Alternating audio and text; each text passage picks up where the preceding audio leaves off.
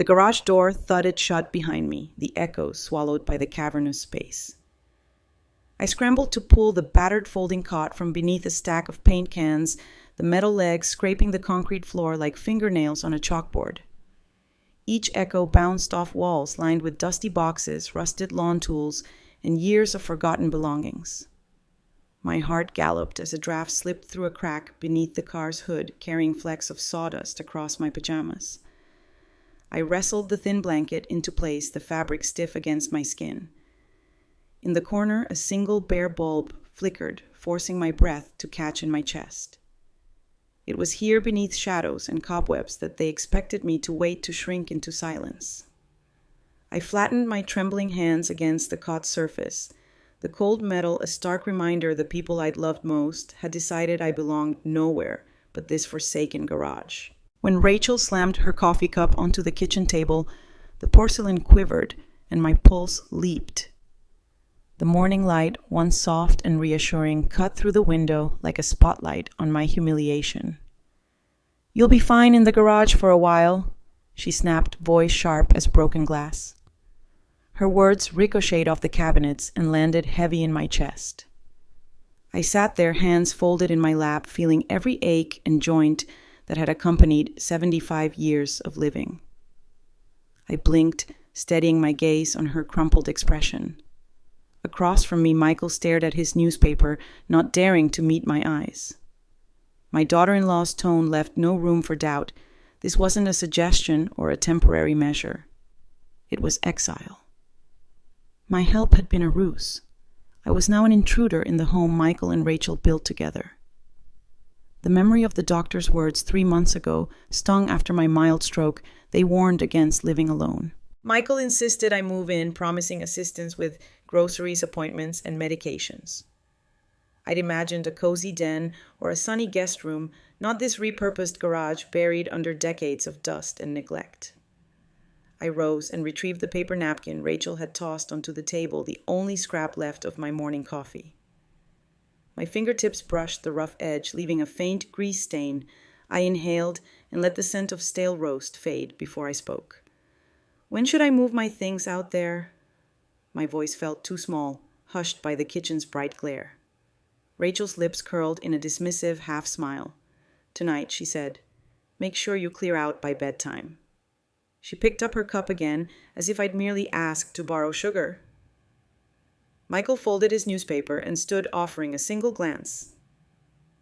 "We'll help you with a space heater," he muttered, then retreated to the living room. I watched them disappear behind the French doors, the click of the latch echoing like a verdict. Heat fled from my body, replaced by a slow, creeping chill that had nothing to do with the garage's winter draft. For years, I'd walked the courthouse corridors in crisp suits, carrying case files with care, my deep voice respected by judges and lawyers alike. I managed delicate hearings and guided trembling witnesses. But here I felt naked, without the security of my professional identity. I sat back down, the chair creaking under me, and let my mind drift to the day I turned the final corner of the courtroom's polished oak benches. I'd felt accomplished, my career span of 47 years, marked by dedication and precision. Now I was reduced to a burden they were eager to erase. The room spun slightly as I reached for the salt shaker, the glass cool under my palm. My hands trembled, but I forced them still. Gratitude had always been my default. I rarely asked for anything and never complained. But gratitude by an icy cot is not gratitude at all. It's a shiver of shame. I rose again, resolute, and crossed to the coat rack by the door. My robe hung there, the one I always wore, around their house, soft, flannel, deep burgundy. I draped it over my shoulders, the familiar weight, a small comfort. My other belongings, photos, keepsakes, a small suitcase rested in the hallway waiting. I gathered them slowly, stuffing each framed snapshot of grandchildren and old court licenses into the bag. My movements were deliberate, a silent promise that I would not stumble or plead. At the garage door, Michael stood on the other side, arms crossed. His brows knitted together in concern that never reached his eyes. The gap between us felt like a chasm. "You okay, Mom?" he asked, voice cautious. I studied him for a long beat, measuring the son who once adored me, who I had protected and provided for without question. "I'll manage," I said, the words tasting foreign. "Thank you for helping." He nodded, uncertain, and stepped back. I pushed the door open, and the cold wave of the garage swallowed me. My robe fluttered behind me as if caught in a gust of betrayal. Inside, sawdust coated the floor, and a single sputtering bulb cast long shadows across the cot. The air smelled of oil and old wood. I placed my bag beside a stack of rain boots and gardening tools, each irreplaceable in their neglect. My cot, once part of a lawn sale, unfolded easily, its frame groaning. I settled onto it and wrapped the rope tight, my bones humming with cold. Then, for the first time that morning, my breath caught and tears welled. I blinked them back. This was war in miniature, my dignity pitted against the unthinking cruelty of my own family. I lay down and arranged the thin blanket over my legs. The cot's metal bar pressed against my lower back, a dull ache, but a familiar anchor. I stared at the garage ceiling, the studs and rafters forming a crude cathedral where prayers went unsaid. In that dark refuge, I felt the spark of something fierce, the knowledge that endurance did not equal surrender. Outside, Michael's voice drifted, faint and worried. "Mom, are you sure you're all right?" I closed my eyes and imagined the echo of my court voice, calm, unwavering, authoritative. The memory steadied me. "I'm fine," I whispered. No more. The garage had become my proving ground, but I would not shrink into silence. I inhaled the cold air and felt my resolve solidify. This test of endurance would not break me, but awaken the power I thought had slipped away with my stroke. And in that silent vow, I found my first breath of freedom. I settled onto the cot, the thin foam mattress, doing little to soften the metal frame beneath me. My robe, once plush and comforting, offered only a modicum of warmth against the garage's chill. I pulled the thin blanket up to my chin, pressing it against my cheek and inhaling its faint mustiness, an aroma that whispered of long-forgotten family picnics and my granddaughter's quilted squares sewn into its corners. Outside, the sky was slipping toward night, but inside, darkness reigned without mercy. With nothing but a single flickering bulb 3 feet above me, I turned my head to study the crooked ceiling beams. Each crossbeam was marked by years of hanging lanterns and sawhorses, the wood grain etched with splits and knots. The dim light carved the beams into sharp, angular silhouettes, and every time one shifted, whether from wind rattling the overhead pipe or the furnace in the next room cycling on it groaned like a wounded animal.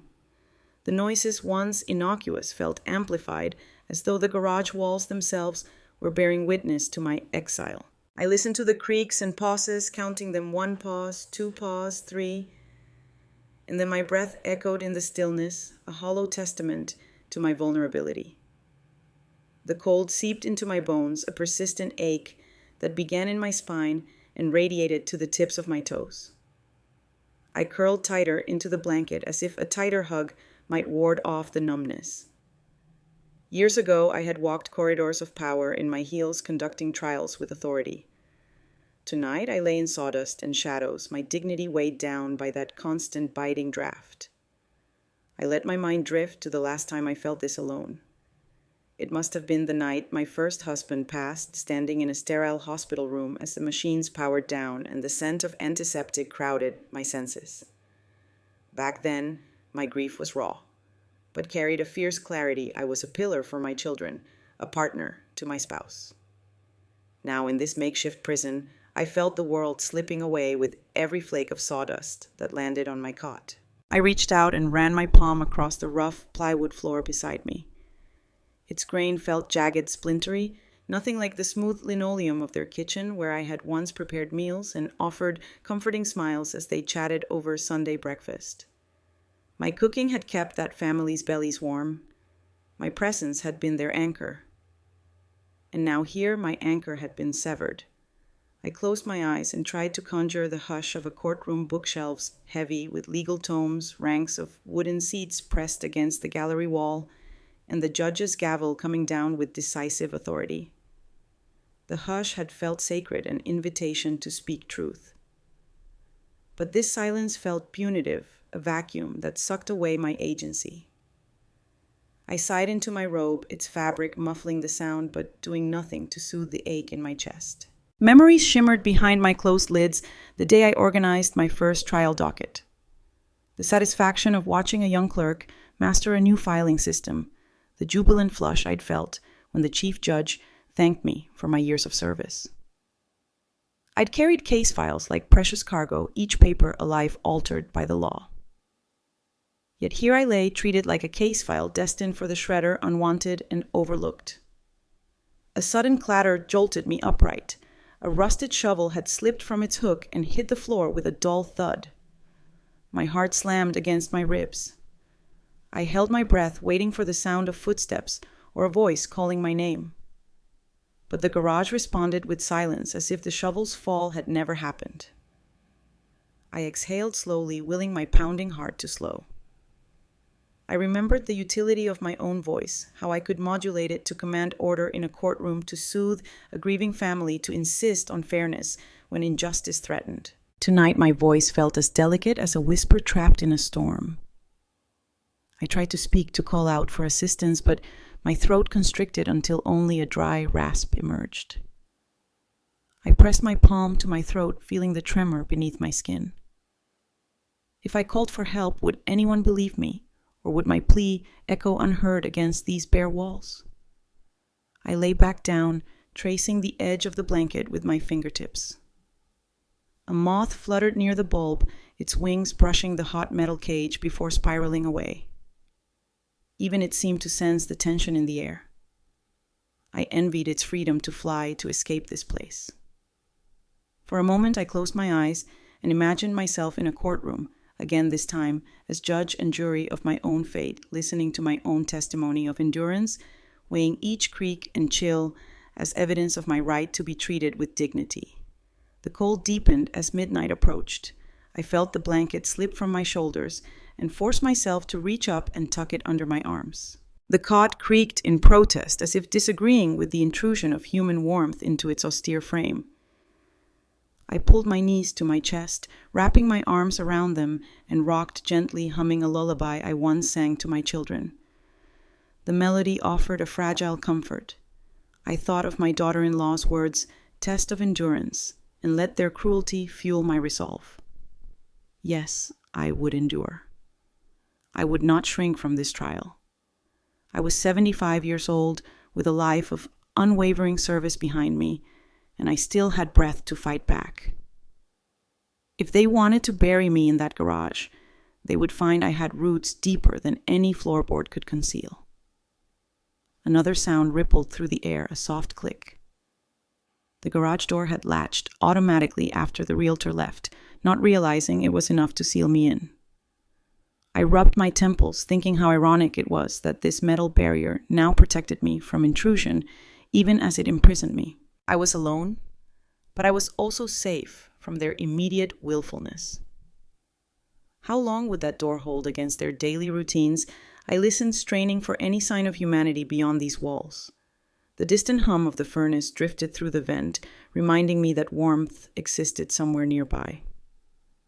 My son had promised a space heater tomorrow, he said. But tomorrow was an eternity in the stinging cold of night. So I admitted the truth. I was vulnerable, but only in body. My mind, honed by decades of legal practice, was sharp enough to navigate this crucible. I pulled the rope tighter, smoothing the fabric over my shoulders. The sleeve brushed against something in my robe pocket, my lipstick case. A trivial item, perhaps, but its bright red mattered. I retrieved it and tapped the mirror on it, though it offered nothing but darkness. Even so, holding it reminded me that I could still define who I was. Eleanor May Harper, court secretary, mother, woman of steadfast principles regardless of where I lay. I let the lipstick rest on my palm and pressed my fingers to the metal, feeling its smooth coolness. Then I pressed each fingertip to my forehead, as if stamping my identity onto every nerve ending. I would not bleed away into their basement of indifference. I would remain vivid, a force they could not ignore. As my eyelids grew heavy, I allowed one last image to guide me to sleep. The faces of judges nodding in gratitude, the hush of the courtroom as I announced, "All rise." I drew that silence around me, a protective chamber where truth was heard. And as exhaustion claimed me, I whispered into the cavernous dark, "I will rise again." I lay curled on the cot, the thin blanket slipping from my shoulders as I shifted, but my mind had already drifted far from the musty sawdust and rattling garage door. In the hush of that makeshift cell, I could almost hear the echo of gavels striking wooden blocks, resonant, commanding an unspoken call to order. For 47 years, I was the pulse of the courthouse, the steady heartbeat in the back room where justice took form. I remembered my first day on the job, a fresh-faced 28-year-old secretary clutching case files so tightly I feared they'd tumble through my fingers.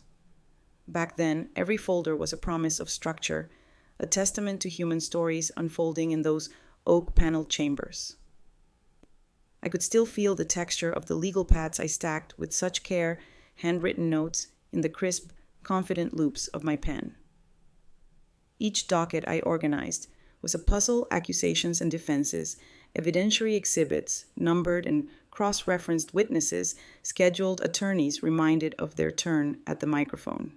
In those days, I prided myself on never letting a single page get misplaced. Judges came to rely on me. Eleanor. Justice Whitman would nod, pushing up his spectacles. "What's the status on docket 123? I'd tapped the tinted files in exact alphabetical order until the answer was at my fingertips. His approval was a soft-spoken blessing, but to me it felt like a standing ovation. When I pressed my hand to my heart, I could feel the faint tick of that courthouse clock still inside me, a metronome marking every gavel, every counsel's urgent argument, every hush that descended when victims offered testimony. The echoes of those crucial moments defined me. The gravity of administering oaths, the hush before a verdict, the collective intake of breath when justice was rendered, all of it wove into the very fibers of my being. Even the rustle of yellow legal pads and the click of typewriters felt sacred. I remembered late nights under fluorescent lights, double-checking exhibits until my eyes blurred. The clerks would drift off around me, one slumped in a swivel chair, another catching a few winks against the transcript printer.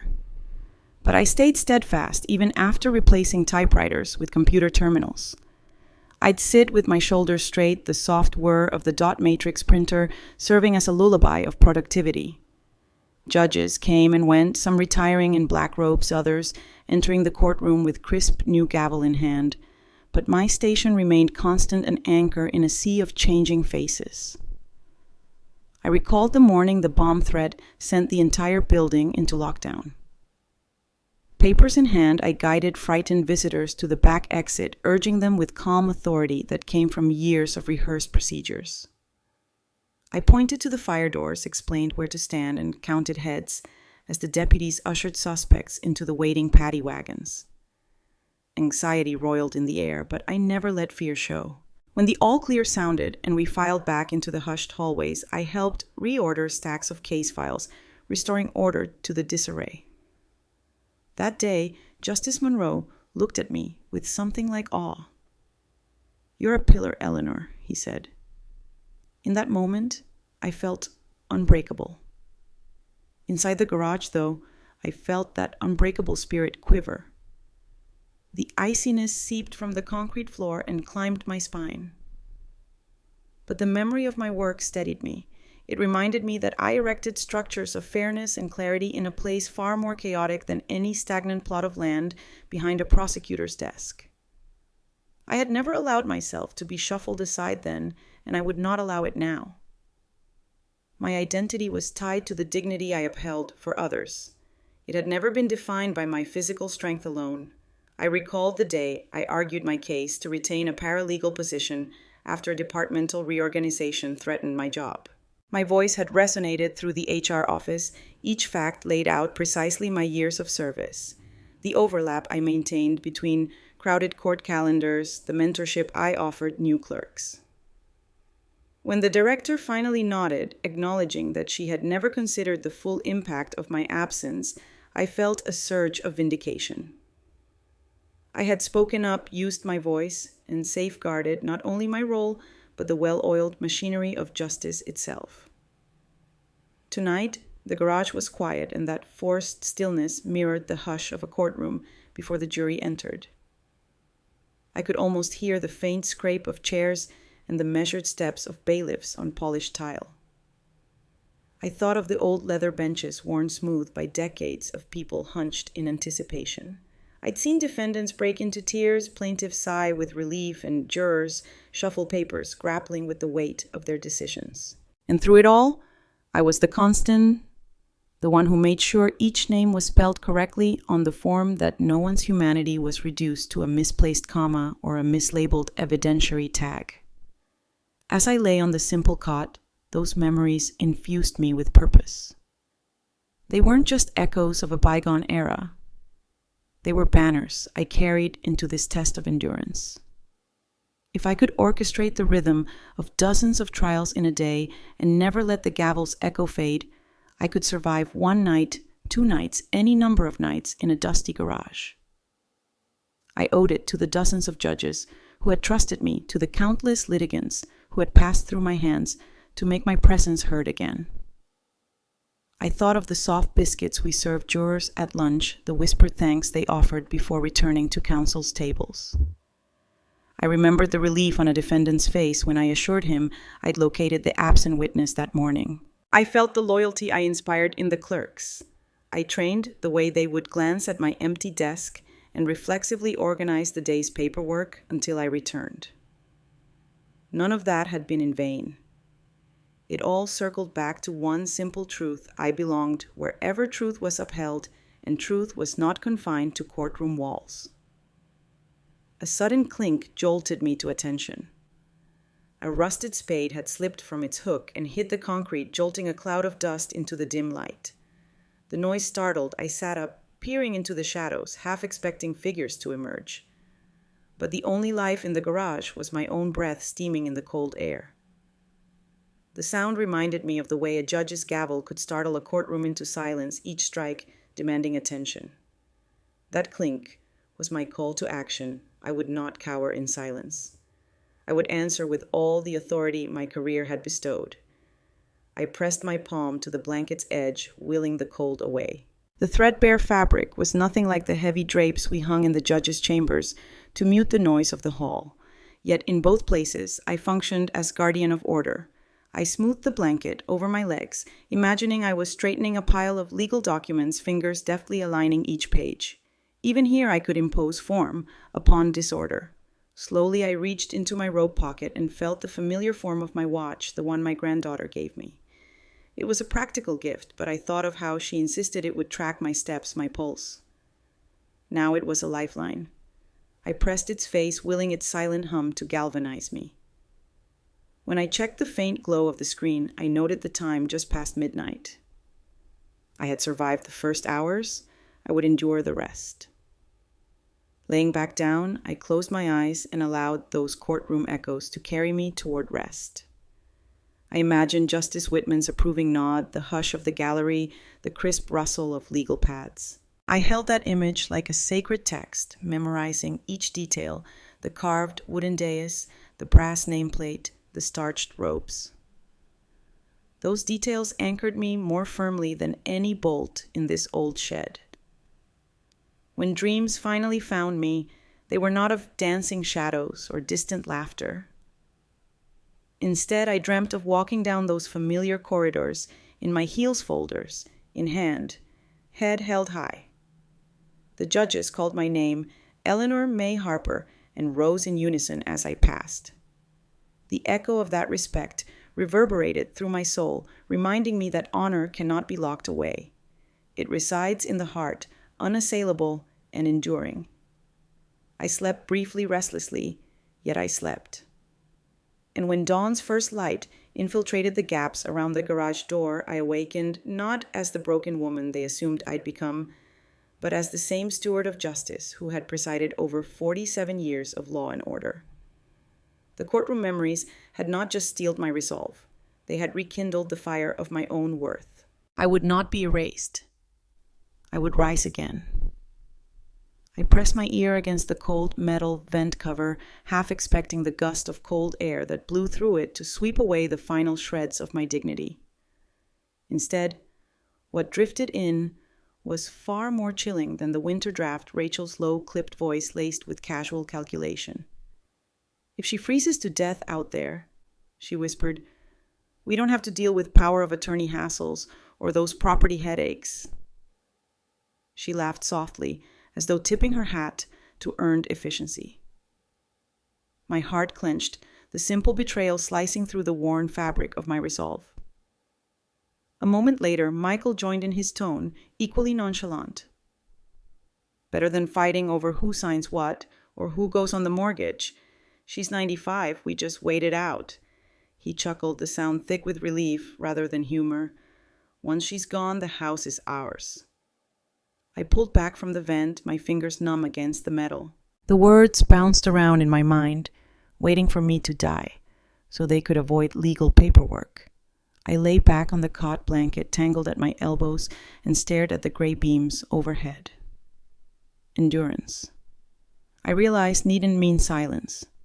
Their cruelty was loud enough to shatter the veneer of family love, and it galvanized something fierce inside me. I would endure, yes, but I would not yield. Earlier that evening, I had wrapped myself in the burgundy robe they draped over the garage door, an odd protein of mock courtesy and forced exile. Now its weight felt like chainmail, each fold a reminder of the armor I needed. I rubbed my fingertips together, recalling how deftly they used to glide over legal binders, stamping verdicts with care and finality. Those same hands would soon wield the tools of my defense. I sat up the cot's metal frame, protesting with a muffled squeak. The scattered tools that once felt menacing now took on a new light: a handsaw, a pair of wrenches, a dusty hammer. These implements of labor and repair might have shapeless value here, but in the right hands they signified resilience. I straightened my spine, the rough blanket brushing against my chin, and shifted toward the vent once more. Beneath the thin grill, a round microcosm of air and sound connected me to their private calculation. It was my conduit to the truth they believed I would never hear. I remembered how in the courtroom, truth was sacred, carried on the witness stand under oath. Obstruction of evidence was a punishable offense. Hiding or ignoring facts could unravel a case. Yet here in my own home, they treated my life as expendable, a clerical detail, to be scribbled out once no longer convenient. I closed my eyes and let the memory of the gavels return the syncopated rhythms of justice, each strike demanding attention and respect. If only I could bring that resonance into this cold cell. A faint sound of footsteps. Perhaps Michael retrieving more wine for his evening gathering echoed in the adjacent room. I tensed, fearing they would notice my presence in the rafters, but no one banged on the door or called out. They didn't care enough to check. Indifference was the quiet accomplice to their betrayal. Loneliness crept in around me, but I refused to let it root. Instead, I summoned a memory from my decades in the chambers, the day I first guided a lost witness to the stand, offering gentle reassurance that her testimony mattered. I had held her hand, walked her through the steps, and helped her voice tremble into something heard. That day, the courtroom acknowledged her story because I made sure the clerk's microphone was within reach, the document laid out in front of her, the judge's gaze steady and supportive. I led the way when she could not. Tonight, I would lead myself. I would not wait for them to see my value. I would reveal it through the very tools they intended to use against me. My mind raced through legal procedures, evidence collection, filing for protective orders, power of attorney revocation.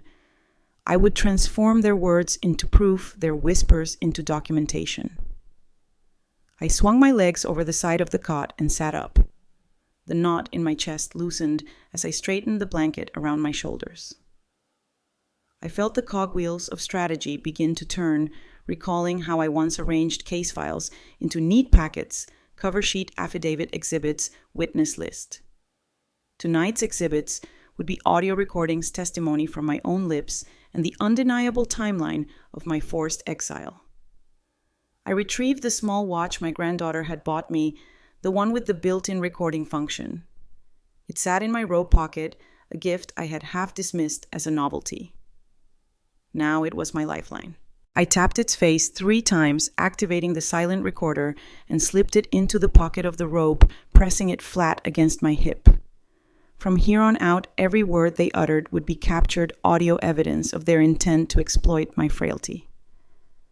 I rose quietly and retrieved my purse hidden beneath a dusty workbench. My hand traced the familiar contours of my tablet and phone tools of communication I would repurpose to broadcast the truth. Inside the tablet's case lay a half-finished letter to an old colleague, Judge Benton, someone who remembered my competence and would stand by me when justice was scarce. I slid the tablet into my sleeve. The garage's cold walls closed in, but I breathed deeply. The chill turned invigorating, a reminder that I was still alive, still capable of thought and action. I pressed a palm to the vent and whispered, not as a plea, but as a declaration, I hear you. Their words had been a gift in their unintended testimony. They had revealed their hand, and now I would play the next move. I settled back on the cot, my fingers resting against the recorder's smooth surface. The vent above would continue to relay their conspiracies, each syllable dripping with betrayal that now fueled my purpose. In a few hours, I would retrieve my phone and send files to Francis. I would draft the petition for emergency relief and watch the order materialize in the gray light of dawn. This was more than a test of endurance. It was a reckoning. They believed that my silence equaled surrender, but endurance and compliance are not synonyms. I would endure, yes, but I would not comply. Their whispered betrayal had unveiled the path to my recreation, transforming their cruelty into my justification, their silence into a summons for justice. In the stillness of the garage, I closed my eyes and let the murmurs fade into the background of my resolve. The night stretched before me, long, cold, demanding. But I was ready. My voice, once a clerk's dependable instrument in the courthouse, would now resound in petitions and protective orders. The tools that lay scattered around me would become artifacts of survival. And when morning came, I would step from this shadowed cell, not as a forgotten relic, but as a woman who refused to be erased. I pressed the small round face of my granddaughter's smartwatch with deliberate care, once, twice, 3 times, each gentle tap unlocking a hidden function I'd learned about during her last visit. The watch's screen flickered a tiny red dot, pulsing in the corner, that I knew meant recording. A hush fell over the garage, broken only by the faint hum of the furnace vent and the rasp of sawdust against concrete. In that moment, the cold walls transformed into a confessional. Every secret uttered beyond that grate would find a permanent home in this slender device strapped to my wrist. I settled back onto the cot, heart hammering not with fear, but with fierce validation. Their plotting would no longer be whispers in the dark. They would be testimony. As I lay there, Michael's footsteps sounded on the wooden floor of the adjacent utility room, quick, purposeful. Next, I heard Rachel's voice drift through the vent light, at first almost casual. He's been in a foul mood since Mom moved in. Michael said, his tone more irony than apology.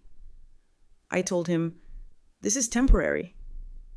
But I think she's tougher than either of us guessed." He chuckled softly, too softly. "We should hurry up and get the paperwork sorted before she starts thinking she's in charge again." Rachel replied with a harsh laugh. "If she freezes, we won't have to deal with probate fights. We'll just file a death certificate, claim the house, and be done with it." Her voice held no remorse. Better than watching her every day worrying she'll need another surgery or fall in the bathroom. "Then we'd have to talk about guardianship." A pause, then a sigh of relief. You know it's merciful in its own way." The blunt cruelty of her words settled over me like ice. I felt the pulse in my wrist as the watch recorded every syllable, every tone of their conspiracy. My breathing slowed, matching the silent rhythm of the device, preserving their indifference. They were treating my existence as a logistical hurdle, an inconvenience to be eliminated, and they said so without shame. In the courtroom, I had seen evidence of motives, laid bare wills contested over hidden clauses, witnesses whose body language betrayed their lies. But I never imagined the evidence would be forged within my own garage, barring entry to the world I once managed. Michael's impending paperwork, the power of attorney, the property title, loomed like a shadow over my autonomy. He and Rachel didn't just want me quiet. They wanted me gone. I slid a hand to the blanket at my waist, tucking the edge into the pocket of my robe to help balance the watch's weight. My fingertips brushed the cold metal of the cot's frame, and I pressed my palm to it, grounding myself. The recording continued, a silent sentinel capturing their words and preserving them for justice. In a life defined by filing, organizing, and safeguarding evidence, it felt both ironic and triumphant that I would now wield the same tools against my would-be usurpers. Memories flared the day I taught a rookie deputy how to document a crime scene photograph, ensuring every angle was logged and time-stamped. The moments I guided new clerks through the labyrinth of the county's case management software. The pride I felt when I typed out the final verdict on my electric typewriter ready for the judge's review. Each act had felt like a stitch in the fabric of justice. In this frigid haven of power tools and empty paint cans, I recognized that recording their voices was another stitch, one that would bind them to their own words. The garage shifted as Michael returned, heavier steps this time. He paused near the vent, and I heard the clink of a screwdriver unscrewing something from the wall, a cover perhaps, or a junction box. "I'll fix that vent grate tomorrow," he said, oblivious to my ear pressed against it. "It's rattling too much." His nonchalance grated against me like fingernails on slate. I pictured that grate without its screws vented wide open, but the recording device in my watch would remain untouched beneath my robe. When their voices faded, the garage felt cavernous again, as though a gust had swept away all illusions. The sawdust lay undisturbed on the floor. The flashlight I'd propped against the toolbox remained pointed at the cot, shining a cone of dim light. I stared at the swirl of dust motes illuminated like tiny drifting stars. In that stillness, I realized the true power of this hidden witness. It was not enough for me to endure. I had to speak up. I had to make their words tangible, irrefutable, and in the hands of those who would hold them accountable. I thought of my granddaughter Lily, who'd given me this watch, with a giggle.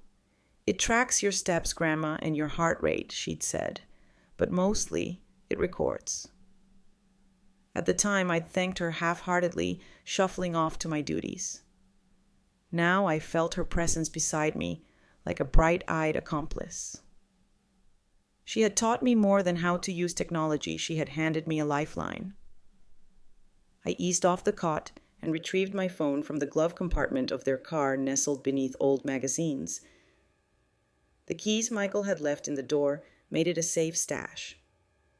My fingers fumbled with the password-painted numbers from my granddaughter's birth date, then found my messaging app. I selected my lawyer, Francis's contact, the same woman who'd been the backbone of countless probate cases when I retired.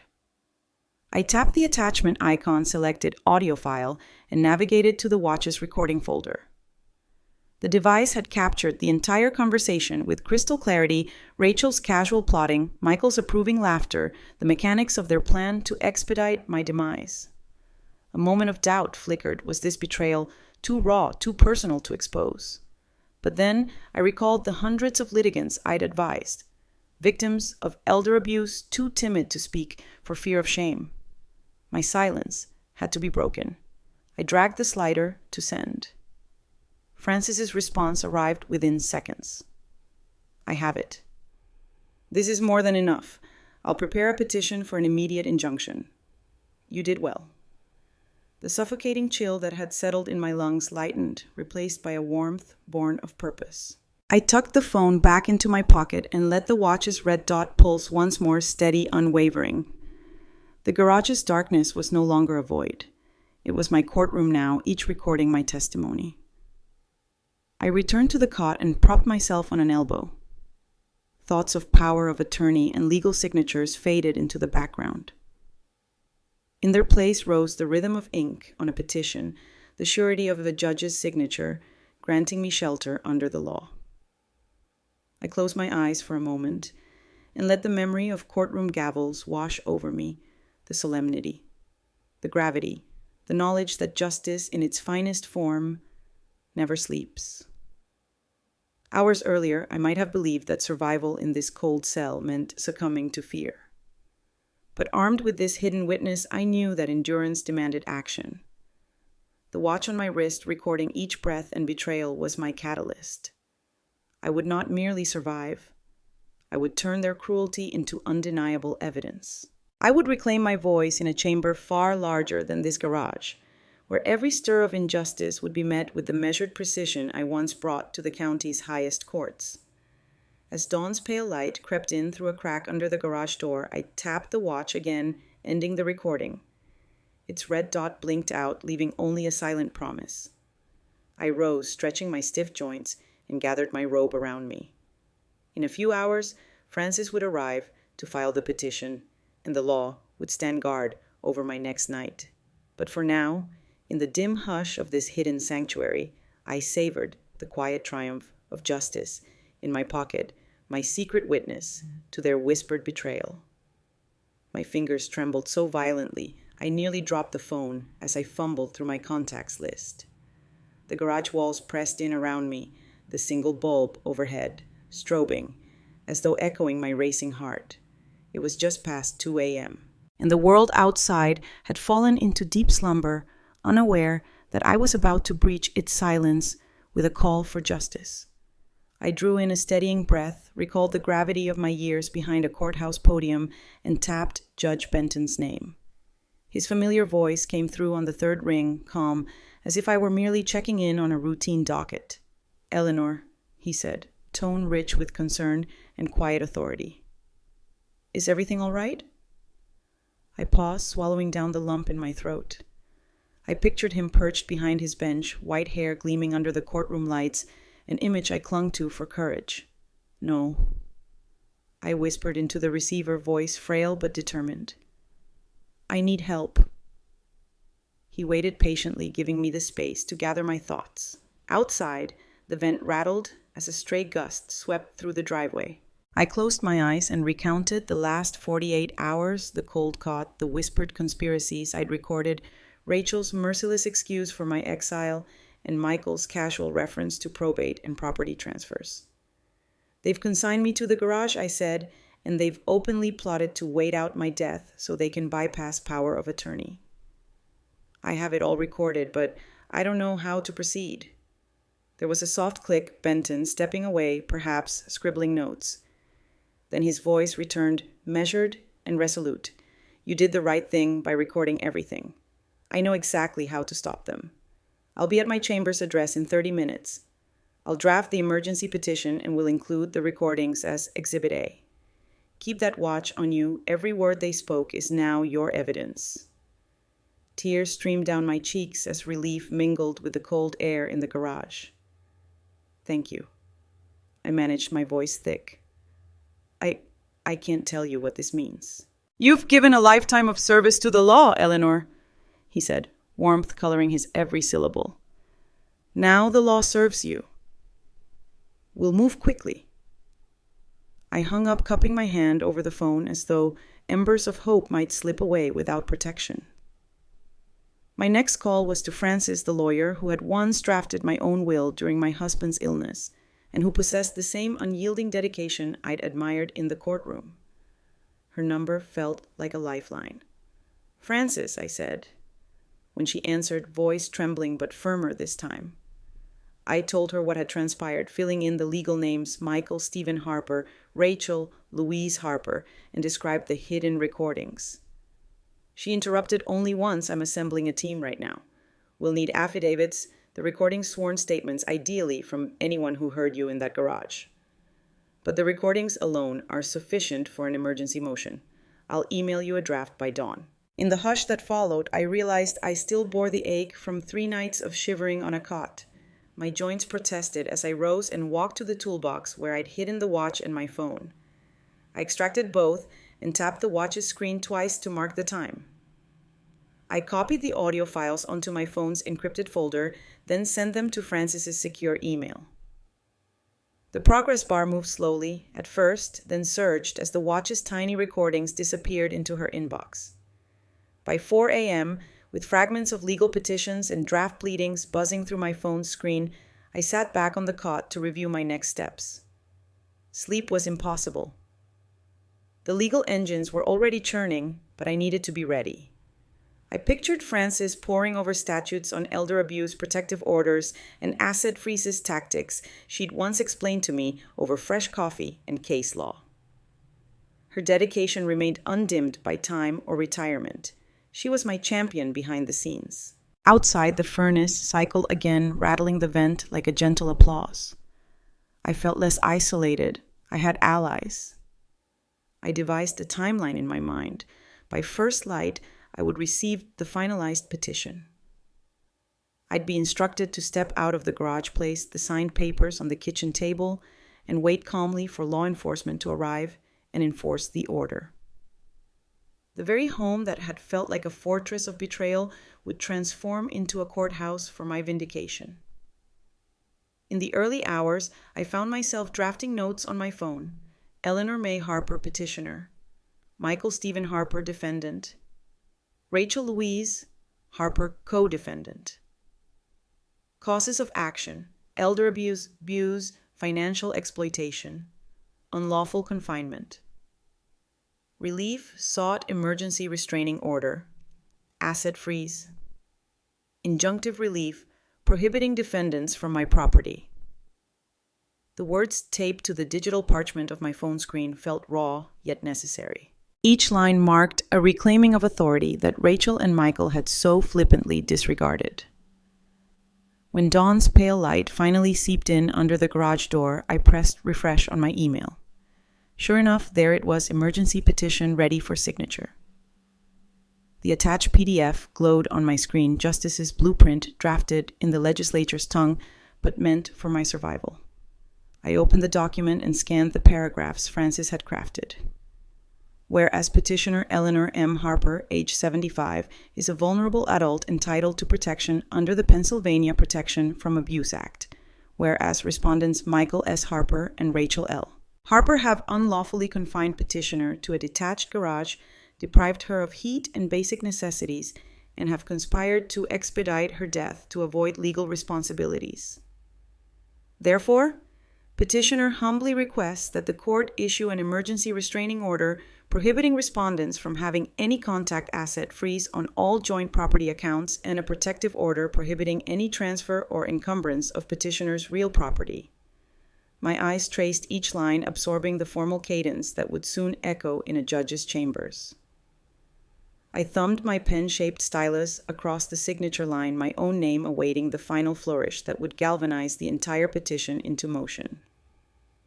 At precisely 6:15 a.m., I affixed my digital signature. A confirmation popped up, signature accepted, petition filed. The seconds felt like hours as the system buzzed, routing my motion straight to the judge's virtual docket. I pictured Benton's kind face as he reviewed it on his desktop, his thumb hovering over the final approve button. With the petition officially lodged, I let out a breath I didn't realize I'd been holding. My body, numbed by cold, tingled with adrenaline. The legal architecture was in place. It was only a matter of enforcement now. I slipped my phone into my robe pocket, careful not to misplace the lifeline I carried.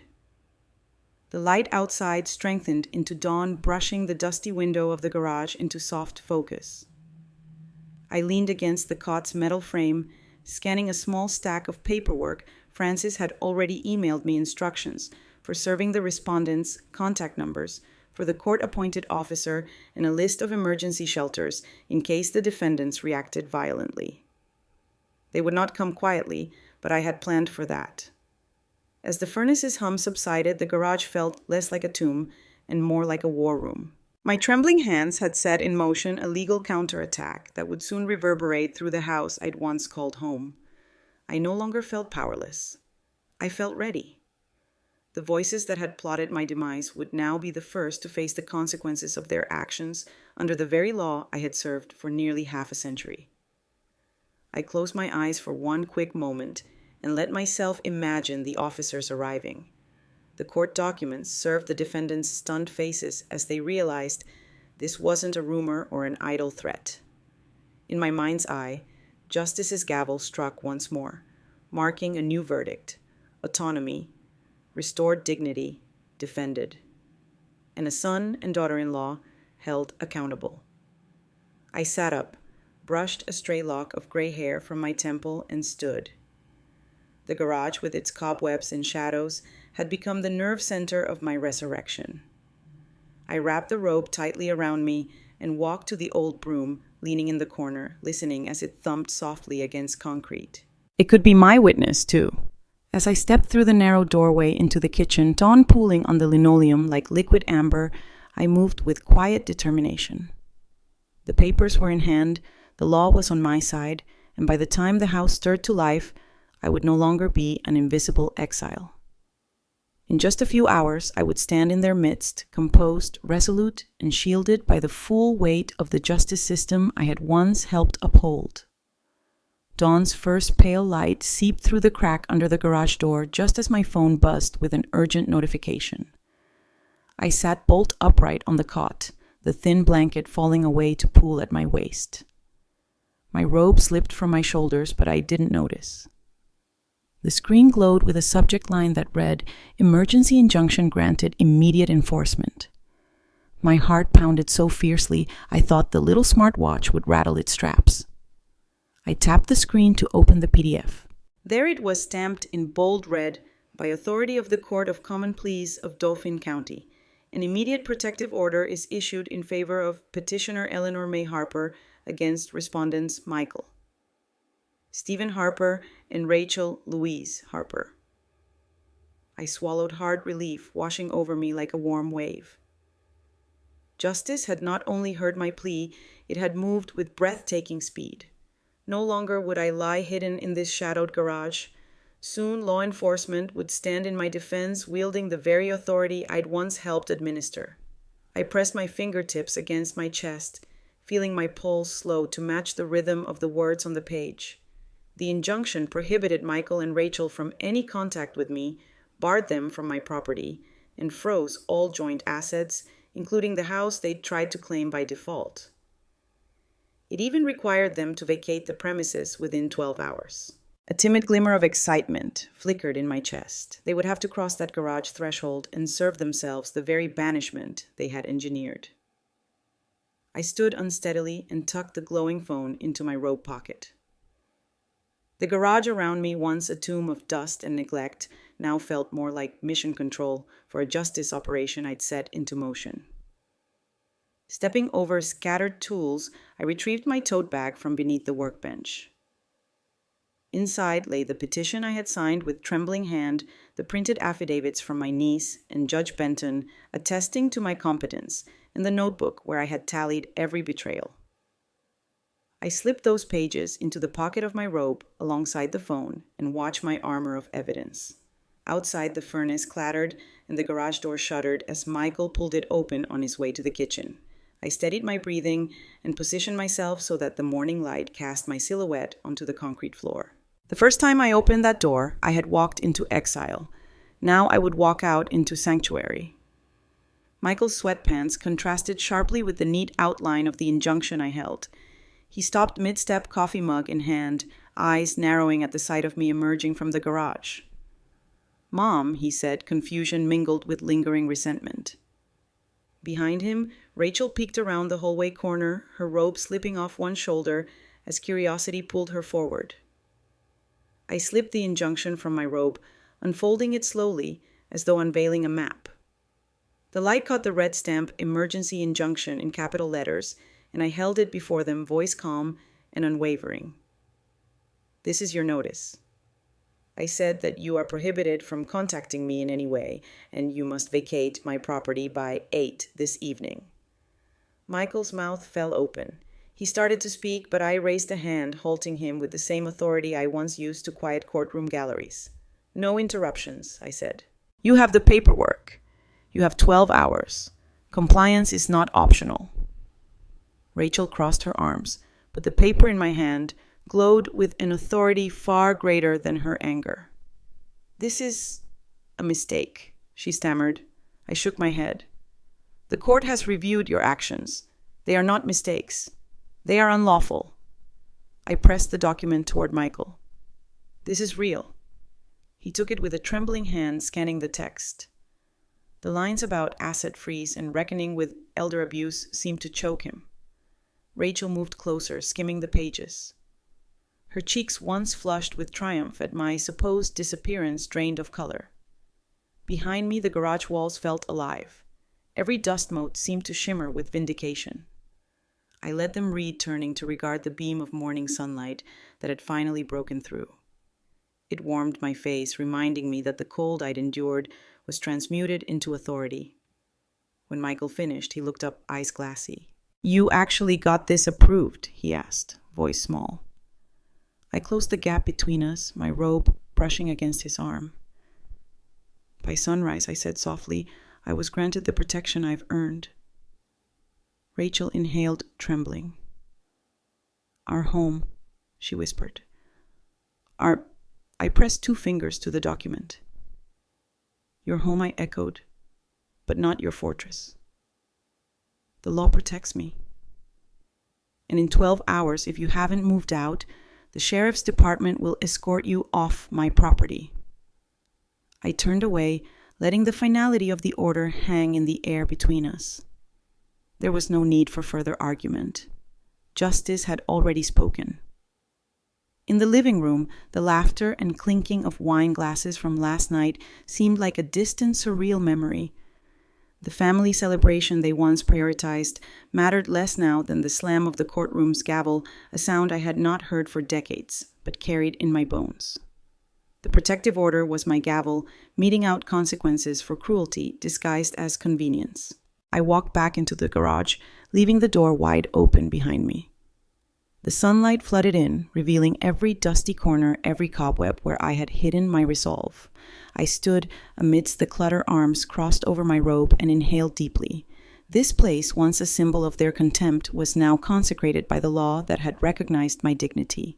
I gathered my tote bag and slipped on my shoes, sturdy loafers I had worn on the day I first guided a trembling witness to the stand. I checked my phone, 2 missed calls from Francis, and an appointment confirmation for 3 p.m. with the court-appointed officer who would inventory my assets. Countdown 12 hours until enforcement. As I stepped out through the garage door and into the kitchen, Michael and Rachel backed away, their faces pale and eyes uncertain. I met Michael's gaze one last time. I trusted you, I said quietly. But trust is only as strong as the respect you show. He opened his mouth, but no words came. The protective order lay on the table between us, its mere presence a barrier stronger than any lock. I retrieved my phone and silenced it. My trembling hands were gone. Only the steadiness of purpose remained. Outside, my breath steamed in the cold air. The furnace's hum retreated behind me as I crossed the driveway toward the mailbox. In that moment, I was no longer the exiled mother in the garage. I was a woman who had called upon justice and been answered. My footsteps echoed on the concrete, a steady drum of dignity restored. And as the sun rose fully in the sky, I walked with the calm certainty of someone who had faced cruelty, recorded it, and won. Ban Danoi. Part 8. Kitchen Table. Confrontation. I entered their home calmly and laid the court papers before them. Police served my son and daughter-in-law the protective order. Their laughter at my expense met cold, unyielding law. Lưu ý viết 1.200 từ liên kết liền mạch với các phần trong câu chuyện tạo thành một câu chuyện liền mạch khi ghép lại.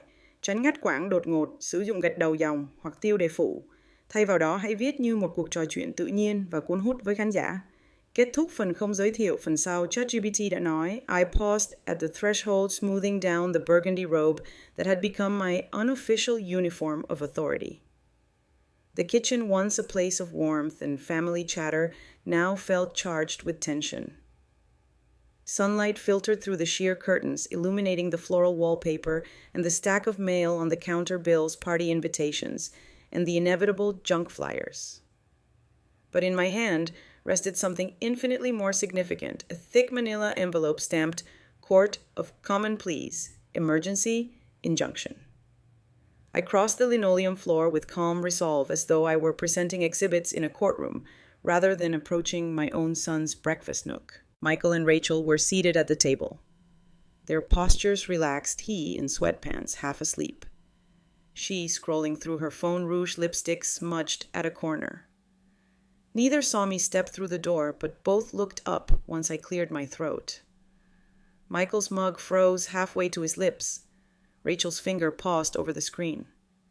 I set the envelope down between them, its weight ridged with the gravity of law. Good morning, I said softly. I trust you had a comfortable night. The familiar confidence in my voice, honed by decades supervising courtroom schedules, seemed to fill the small room. Rachel opened her mouth to reply, but Michael held up a hand, his brow furrowing. He glanced at the envelope. What's that? He asked, confusion edged with impatience. I slid it closer, exposing the red-inked letters. Your protective order, I said, issued at 6:13 a.m. today, effective immediately. Blood drained from Rachel's cheeks as Michael's eyes widened. I watched their reactions with the detached precision I once reserved for jurors hearing verdicts. Before either could protest, a firm knock sounded at the front door. It echoed through the house, 3 distinct raps, like a judge calling the courtroom to order. Michael jumped, nearly tipping his chair. I nodded toward the door. They've arrived, I said. He and Rachel exchanged panicked glances. The knock came again, this time followed by clear police voices, Dauphin County Sheriff's Office. Open up protective order service. I remained at the table, hands folded over the envelope, as Michael rose, jostling the chair back. He hesitated before the door, eyes darting to me in question. I offered a single steadying nod. He pulled it open to reveal 2 officers in crisp uniforms. One held a clipboard and a sheaf of papers. The other stood by a radio, crackling softly at his hip. Michael stepped aside, the door swinging wide. Officer, he said, voice uncertain, come in. They entered their presence, humming with authority. The taller officer addressed him directly. Mr. Harper, you and Miss Harper are being served with a court-issued protective order. It prohibits you from contacting, approaching, or harassing Mrs. Harper in any way and requires you to vacate the premises within 12 hours. The officer's tone was cordial but firm, a judge's pronouncement in civilian garb. Rachel swallowed her phone, dropping onto the floor with a dull clatter. She bent to retrieve it, but I laid a gentle hand on her wrist. It's here, I said, quietly. There's no misunderstanding. Her eyes flicked up to mine, wide with betrayal and disbelief. The second officer quietly handed Michael his copy of the injunction. He gripped it, the paper crumpling in his fist.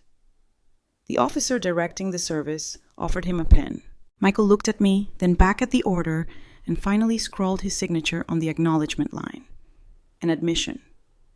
He had no choice but to recognize. I watched him sign. Recalling the countless times I had ensured forms were properly filled, transcripts, indexed, affidavits, notarized, verdict forms signed. The sanctity of that signature had once represented the final step to justice. In his trembling hand, it now signified the collapse of entitlement. When Michael relinquished the pen, the taller officer folded the papers and slipped them into an evidence folder clipped to his clipboard. He nodded at me, respectful. Mrs. Harper, do you need any assistance relocating your belongings from the garage? I shook my head, soft but sure. No, officer. I'll manage. Thank you for your prompt service. He tipped his cap slightly and turned to Rachel. Madam, you are also subject to this order. She lifted her chin, voice brittle. This is ridiculous. He did not argue. It's a court order. If you violate it, you may be held in contempt of court. Her gaze flickered to mine, angst, rage, and finally the faintest glimmer of regret. Then she looked away, biting her lip. Michael's shoulders slumped as the officers turned and exited down the front walk, closing the door behind them with definitive finality. Silence descended like a soft curtain. The morning light seemed to brighten as though justice itself had punched a hole in the gloom. I returned my attention to Michael and Rachel. You've read it, I said. Voice calm. You know you must leave. There's nothing more to discuss. Michael swallowed, eyes watery. Mom, He glanced at Rachel as if seeking her permission to speak. I raised a hand to forestall his plea. This order exists because you both believed you could push me aside until I no longer mattered. The law disagrees. My autonomy, my safety, my property, these are not negotiable. A single tear slid down Rachel's cheek, and for a moment she looked exactly the person I thought she would be at 18, insecure, vulnerable, capable of remorse. But the next breath hardened her expression once more. He's doing what she hissed, voice low. You called a judge in the middle of the night. You recorded us. I nodded steely. Yes. I recorded you, your words, your intentions. I spoke to Judge Benton. I filed evidence. I served notice. And now the court protects me. Michael flinched, heartbroken. Mom, I leaned forward, gaze unwavering. I am your mother, I said. But I am also a citizen protected by law. My taking action wasn't a betrayal, it was survival. Your choices forced my hand. He looked down, unable to meet my eyes, as reality closed around him with the finality of a gavel strike. Rachel crossed her arms. Fine, she spat. We'll leave.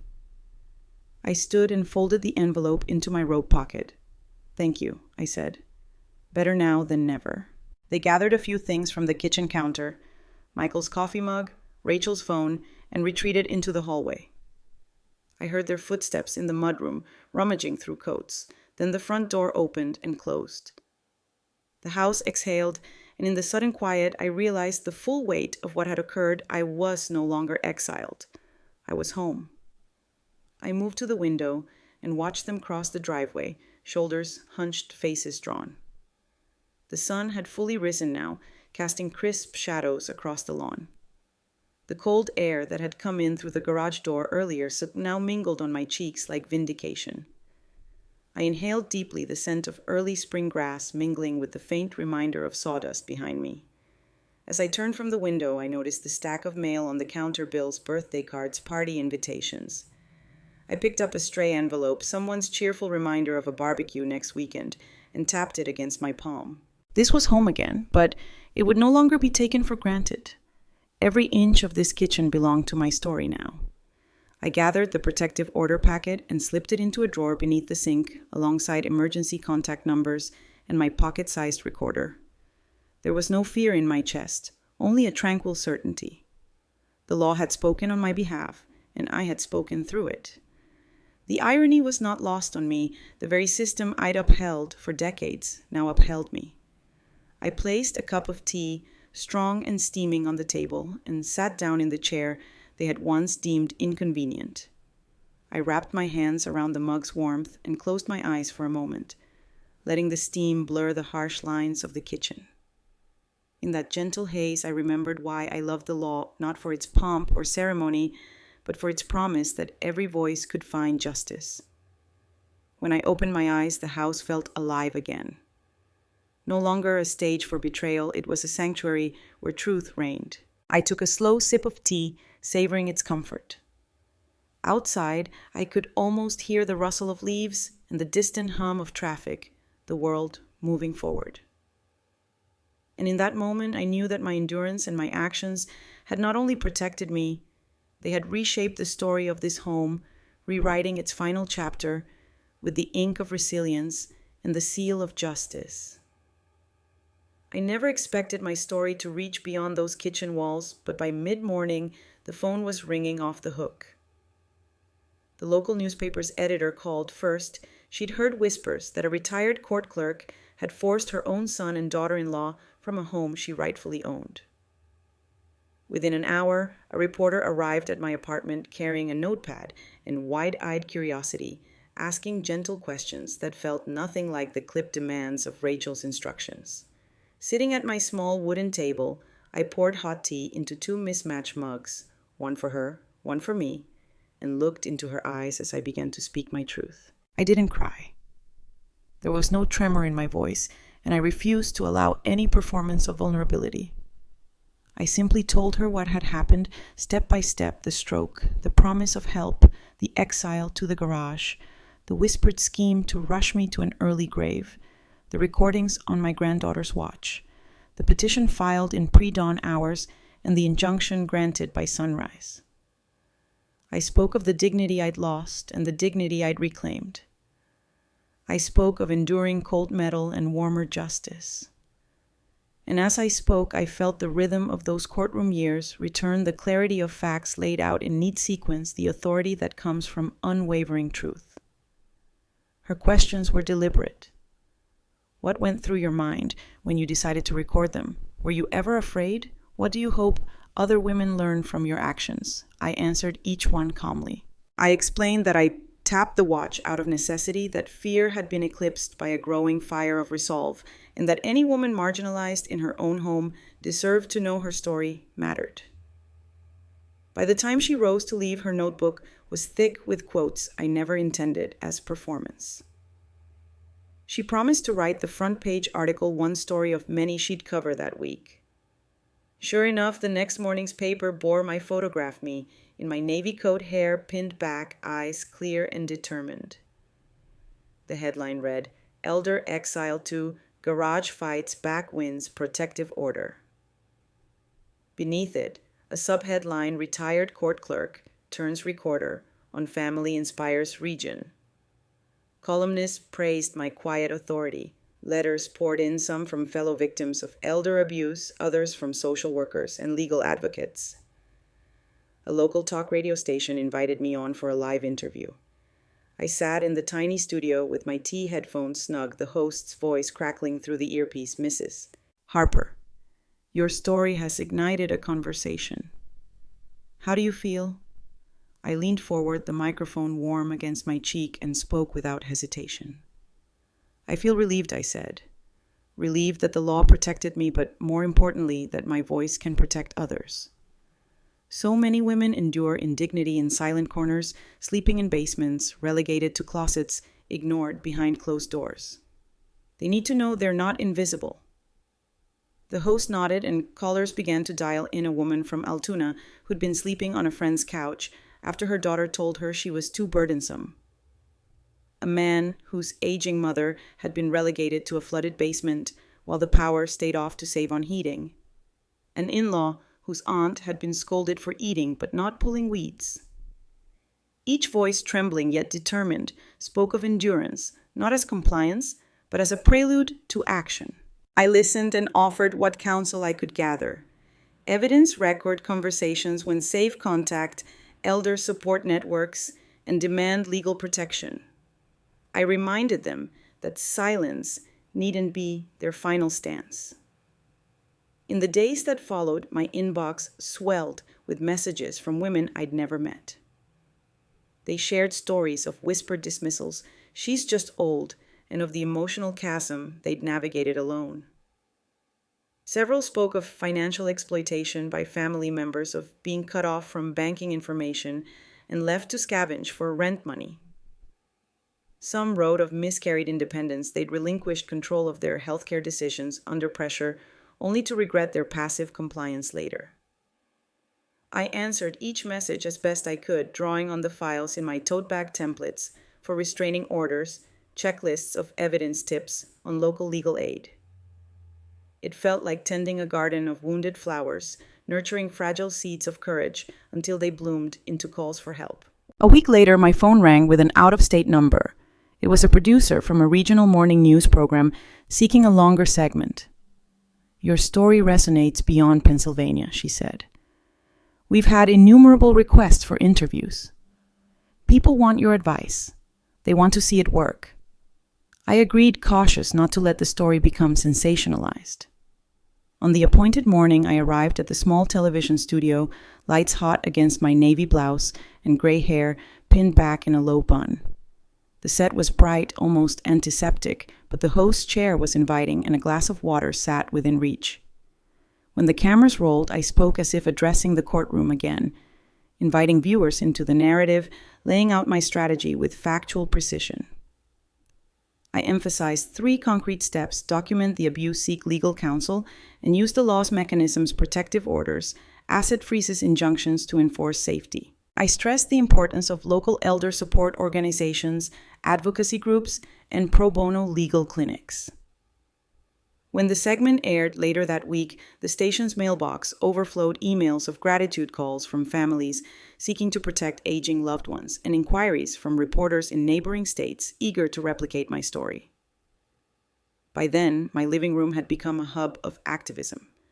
Volunteers from the county's senior center visited, asking how they could help identify at-risk elders. A local nonprofit offered to host workshops on elder rights at community centers. The courthouse's clergy outreach program invited me to speak at their monthly forum. They set up a microphone in the old courtroom where I once filed exhibits. Now I stood before a dozen chairs filled with church volunteers and parishioners, teaching them how to recognize signs of neglect and exploitation. They leaned forward, nodding, taking notes, absorbing strategies to advocate for elders in their congregations. Each speaking engagement felt like a thread weaving a safety net across the region. At one stop, a woman approached me afterward, tears in her eyes. "You saved me," she said, clutching my hand. She'd followed the steps I outlined, helped her mother escape an abusive nursing arrangement, and now her mother was safe in a hospice program. She wept with relief and gratitude. I hugged her and whispered, "Thank you for speaking up." Through every interview and forum, I maintained the same quiet authority. No theatrics, no loud protests, only clear instructions and unwavering affirmation that no one is too old to be heard. The narrative shifted from my personal saga to a movement, women and men stepping forward, whispering their own truths, demanding the legal protections they deserved. Local officials began publicly acknowledging the issue. The district attorney's office announced a specialized elder abuse unit. The sheriff's department initiated training for deputies on recognizing financial coercion, and the county commissioners allocated funds to expand elder support services. And all the while, I returned home each evening to my little apartment where the heat ran and the tea was waiting. I sat by my window, the city lights twinkling below, and answered more messages, drafted follow-up guides, and mused on the irony that the frail woman once banished to a garage had become the region's most visible advocate. The hush of my voice hadn't drowned out their cruelty. Instead, it had amplified the chorus of those finally willing to speak. The front-page articles and talk shows were only the beginning. The ripples spread outward: op-eds in neighboring state newspapers, invitations to contribute to online elder rights platforms, a growing archive of resources under the banner, "Justice in Silence." I kept my tone consistent, calm, composed, rooted in legal fact, but beneath that steady exterior, a quiet triumph surged. This was how change happened, not in dramatic outbursts, but through persistent truth-telling and collective courage. One morning, as I sipped my tea and scrolled through a flurry of new messages, I paused on a note from a social worker in Pittsburgh. "Your story changed this woman's life. She filed her own petition yesterday." I smiled, feeling the warmth spread from my chest to my fingertips. The local reporters had captured a narrative of justice, but more importantly, they had ignited a movement of self-advocacy. Women who once thought their voices were too frail now spoke with newfound strength. My own story had merged into a larger tapestry of resistance. I'd entered the public square not for fame or vengeance, but to offer a roadmap for those still confined by fear. And as more voices rose in unison, I knew that the quiet authority I wielded was its own kind of power, one that lifted every whispered plea into the light of day. When the last of the legal ink dried on the injunction that restored my home, I faced a question I hadn't anticipated what to do with the place that had once felt like a fortress of betrayal. The answer came almost as an echo of my own journey, a desire to transform that space into a haven for others who bore the quiet scars of family neglect. Within weeks, I listed the house, not on the market, but as a special rental for a family with a disabled parent, people who understood that caregiving sometimes meant living under the same roof without a moment's respite. A young couple answered my advertisement, Sarah and Tim parents, to a son with cerebral palsy. When they arrived to tour the property, I watched how they moved together, Sarah steadying Tim's wheelchair ramp, Tim pointing out where a small garden might lie, each gesture brimming with unspoken compassion. They told me of the narrow margins they lived within: medical bills, therapy sessions, adaptive equipment. They spoke of how their apartment's lack of accessibility made even morning routines a contest of unseen obstacles. As I led them through my old kitchen and around the sunny back porch where Michael and Rachel once laughed behind closed doors, I saw in their eyes the relief of possibility. This house, which had sheltered my suffering, could now shelter their devotion. We negotiated a modest rent, not for profit, but to cover the mortgage and upkeep. The day they moved in, Tim rolled his wheelchair across the threshold, his gaze sweeping the wide doorframe and lowered countertops I'd installed. Sarah patted my hand and whispered, "Thank you for trusting us with this home." Watching them settle in their sun, grinning beneath streamers of hope, they became partners in my next chapter. With that rental income secured, I reached out to Francis and Judge Benton to discuss the nonprofit I'd long envisioned. We named it Justice in Silence, a tribute to the way quiet endurance can speak volumes. Our mission to provide legal aid and emotional support to elders facing abuse by those they loved most. I imagined elders like myself who had been told to be grateful even as they froze in corners or slept in basements. Justice in Silence would ensure they weren't alone, that their voices could be heard without fear of shame.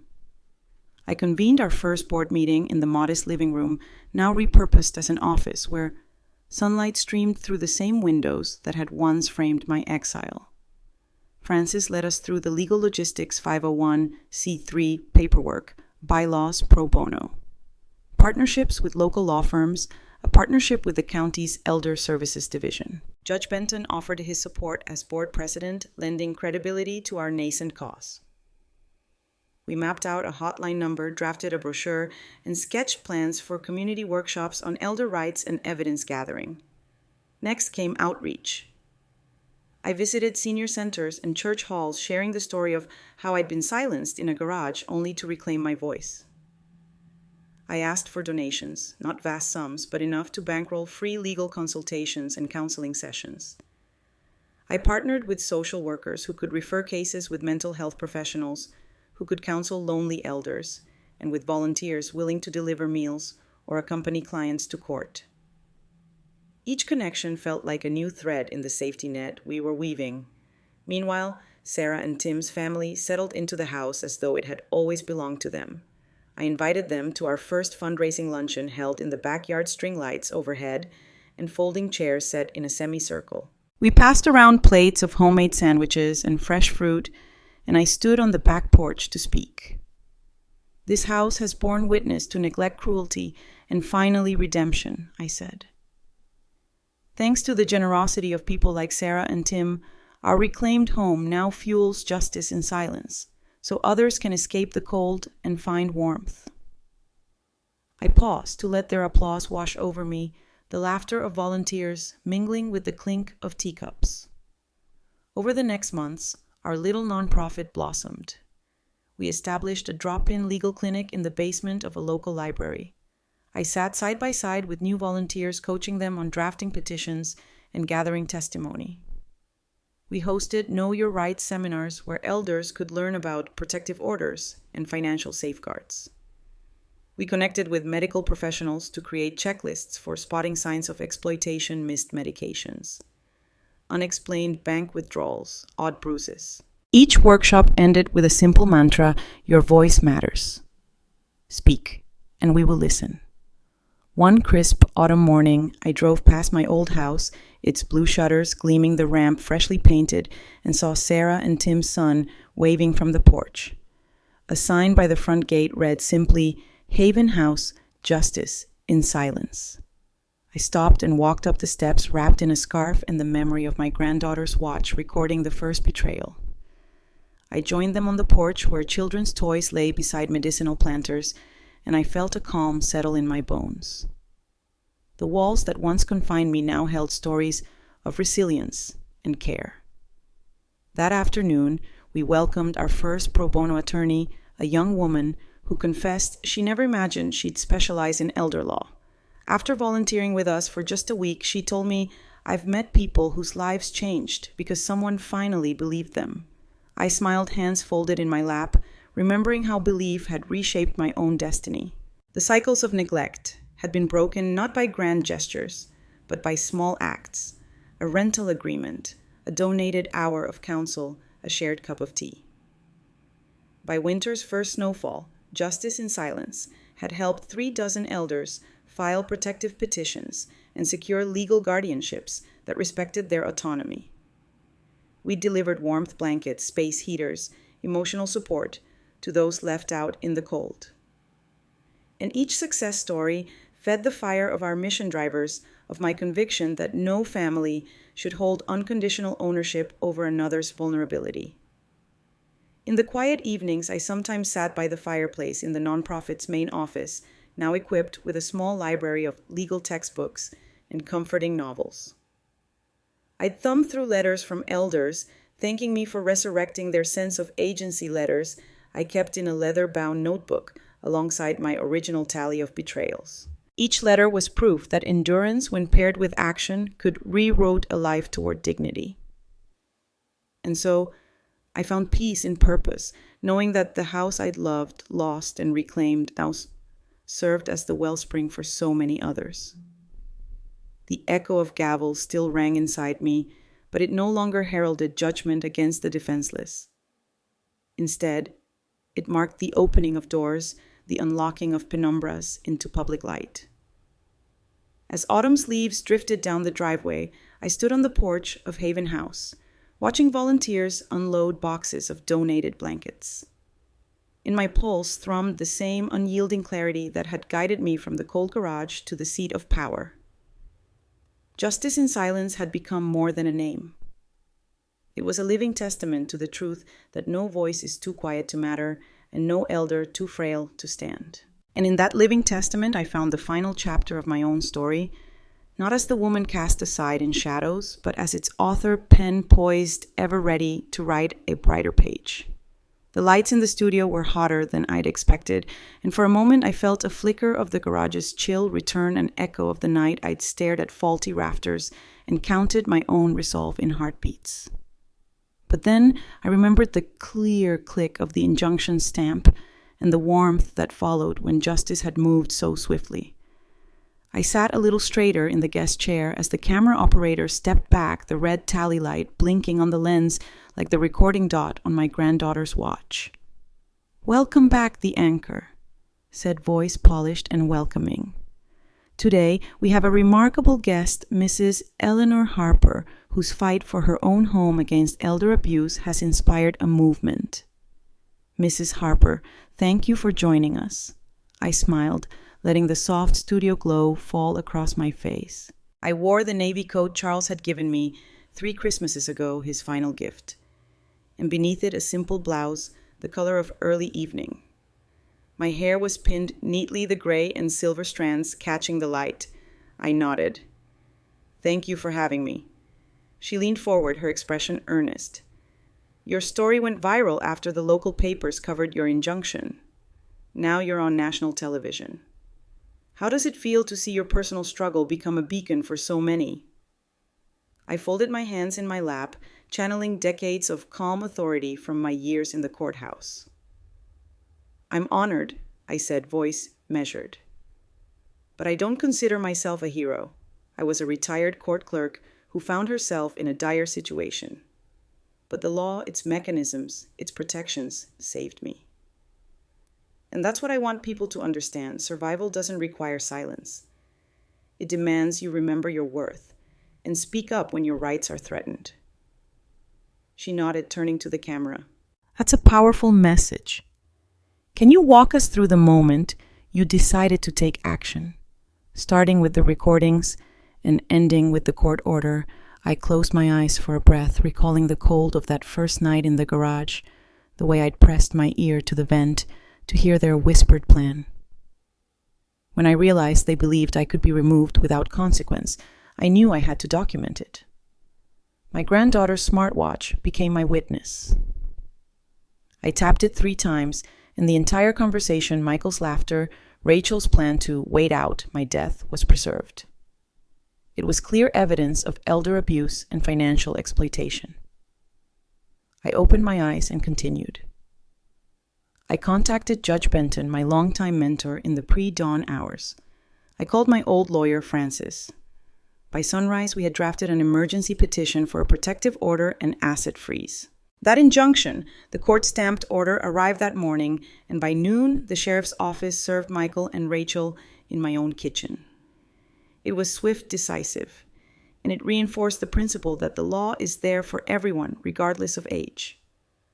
The anchor turned to me, eyes wide. Many viewers may not realize that elder abuse extends beyond physical violence. What should people be watching for in their own families? I leaned forward slightly. Emotional abuse, financial coercion, forced confinement. These are less visible but equally harmful. If an elder is suddenly moved to an inaccessible part of the house, excluded from conversations about their own assets, or pressured to sign documents they don't understand, these are red flags. We taught Justice in Silence volunteers to look for unusual bank withdrawals, missing medications, unexplained bruises, and changes in living arrangements. It's not about accusing loved ones out of spite. It's about ensuring elders can age with dignity and autonomy. She nodded gravely. Your organization, Justice in Silence, has already helped dozens of seniors file petitions. What's next for the nonprofit? I let a small smile touch my lips. We're expanding our hotline to be available 24/7. 7. Partnering with social services and legal aid to provide immediate counsel and hosting community workshops so more people recognize the signs. We're also training volunteer quiet guardians, neighbors, and friends who commit to checking in on elders regularly. It's a community effort to make sure no one languishes in a garage or basement because they feel unworthy of help. The anchor glanced at her monitor, then back at me. That's incredible work. Before we let you go, what's the one piece of advice you'd give to someone watching right now who suspects their parent or grandparent is being mistreated? I drew a breath, letting the studio hush settle around me, and met the camera lens as though it were the courtroom's bench. Gather the facts. Document what you hear and see. Speak with compassion. Most family members don't realize the damage they're causing. And don't hesitate to seek legal help. You don't need to have a high-powered lawyer. Local elder support networks and pro bono clinics can guide you. The most important thing is not to stay silent. Silence lets harm continue. Your voice can be the catalyst for justice.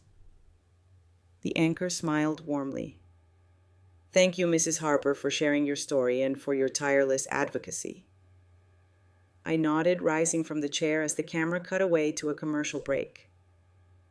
For a moment, I sat in the empty silence of the set, absorbing the weight of what I'd said and its impact. I thought of the dozens of emails I'd received that morning, some from women who had finally summoned the courage to call for help, others from caregivers in remote towns requesting guidance. I felt both the enormity of that responsibility and the quiet satisfaction that my voice had become a rallying cry. That afternoon at home, I reviewed the footage online. Seeing myself speak with calm precision reminded me of why I'd become a court clerk, to administer order, to ensure fairness, to give structure to chaos. Now I used those same skills on a broader stage. My story, unexpected, painful, had evolved into a blueprint for resilience. As evening settled, I donned my coat and stepped out for a short walk. The autumn air was crisp, the trees ablaze in fiery hues. I passed a small park where children chased each other, shrieking with delight. For a fleeting moment, I saw the reflection of the old, silent woman who had once huddled in a dim garage. But she was gone, replaced by someone who had reclaimed her voice and helped others do the same. I reached the corner bakery and treated myself to a hot tea and a slice of pumpkin bread, warming my fingers around the cup. A barista greeted me by name, having seen me earlier that morning on a local news clip. "Thank you for your bravery," she said softly. I thanked her for the kindness and smiled, thinking how small gestures of support mattered just as much as injunctions.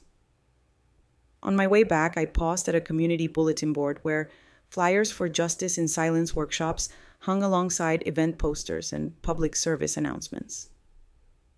I touched the laminated edge of one, an upcoming seminar on elder rights, and felt the texture of the lamination against my fingertips like a promise.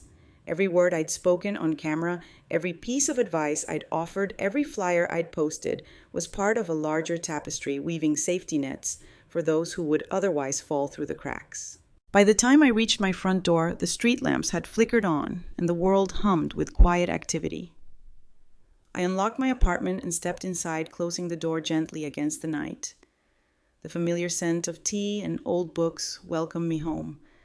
I placed my mug on the table, reached for my notebook, and beneath the heading, Next Steps, began to write, Develop Digital Webinar Series Partner with Regional Elder Organizations, Draft Annual Report. My pen moved steadily, each stroke echoing the resolve I displayed on screen. I didn't need to shout to be heard. The camera's lens had amplified my voice far beyond what any courtroom could contain. On the evening news, a clip of my testimony had been spliced into a montage of real people, real stories, each one underscoring the quiet revolution I'd begun. And as I closed my notebook and took a final sip of tea, I felt at peace. I had not only survived, I had spoken truth into existence, and in doing so, I'd given countless others permission to speak theirs. I unlocked the door to my new apartment and stepped inside, breathing in the quiet hush that felt nothing like the hollow echoes of that garage. The foyer was small, just enough room for a slim console table, where I'd placed a potted fern and a framed photograph of Charles dancing with me on our front porch. Beyond the entryway, the living room stretched into a kitchenette, where a modest dining table waited under a single pendant light. Everything was neat, pared back, purposeful. No clutter of sawdust or boxes tucked away in shadowy corners, just open space that seemed to breathe in rhythms I'd forgotten I could match.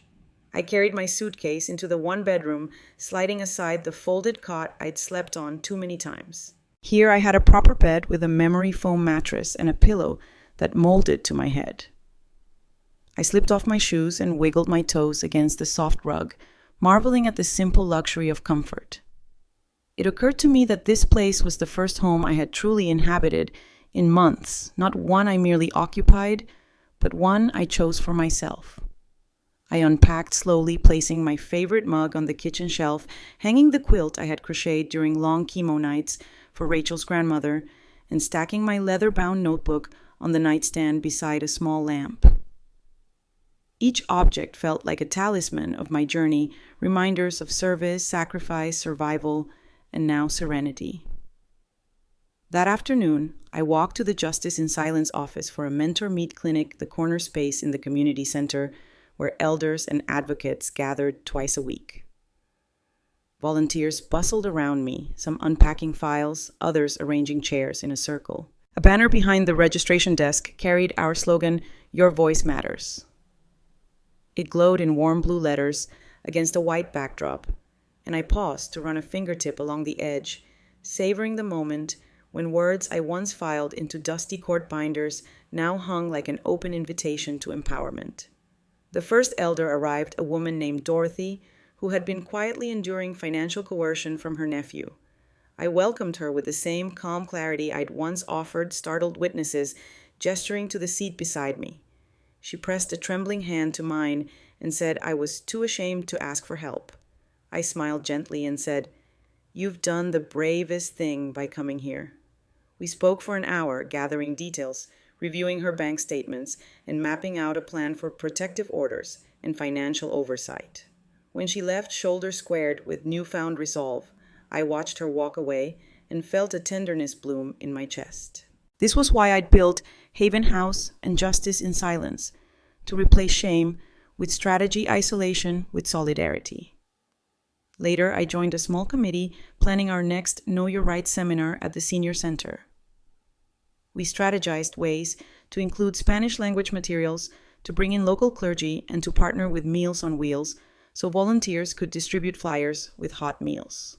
I listened as a social worker named Javier shared stories of elders too frightened to speak because they feared losing care. I offered suggestions how to document neglect, in case studies how to establish a paper trail, how to enlist neighbors as quiet guardians.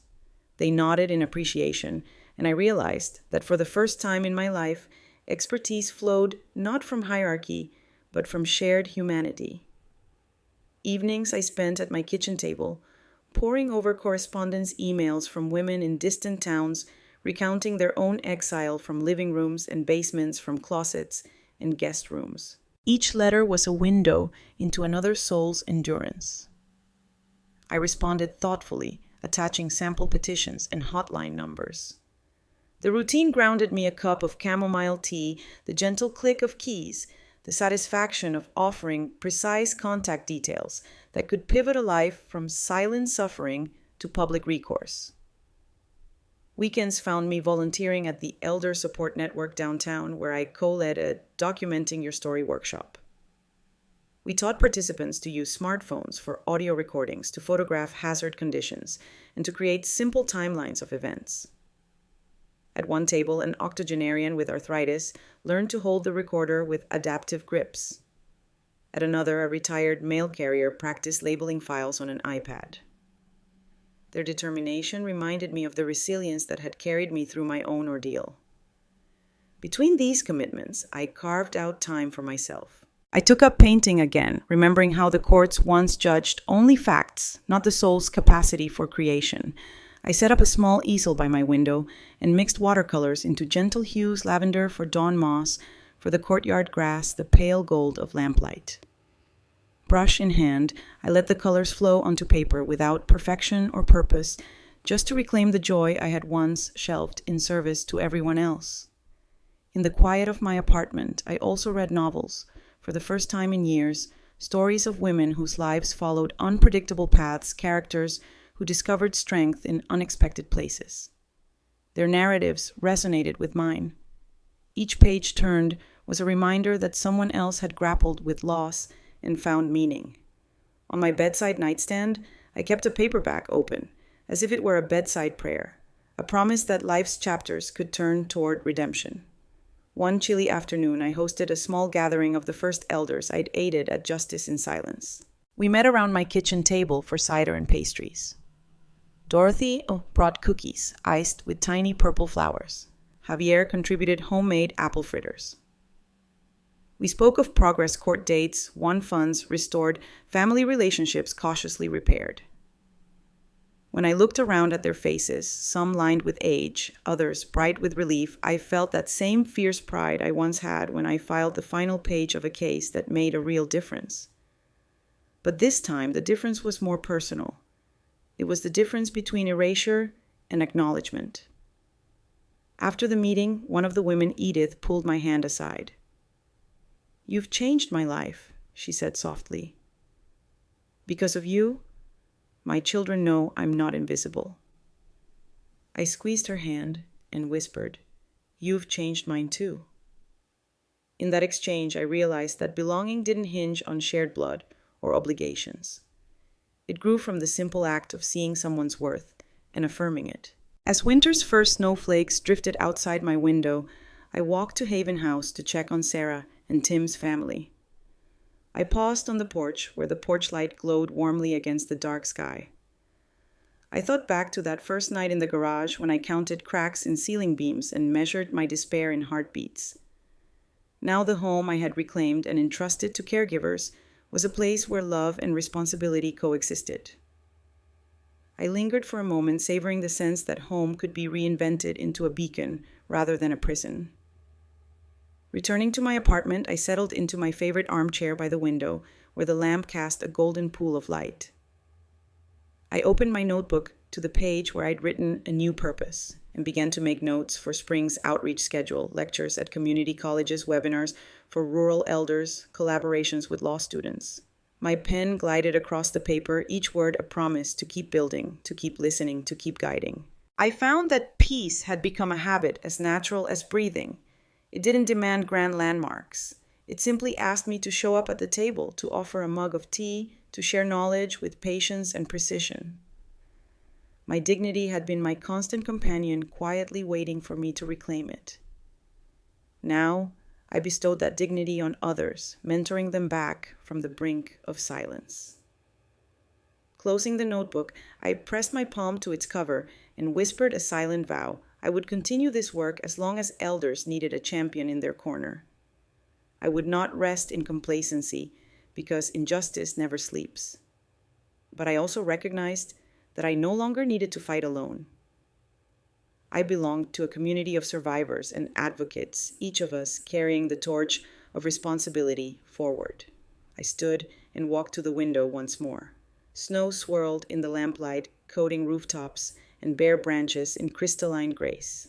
Freed from the constraints of silence and subjugation, I had found a new purpose, and in that purpose, I had found my own peace.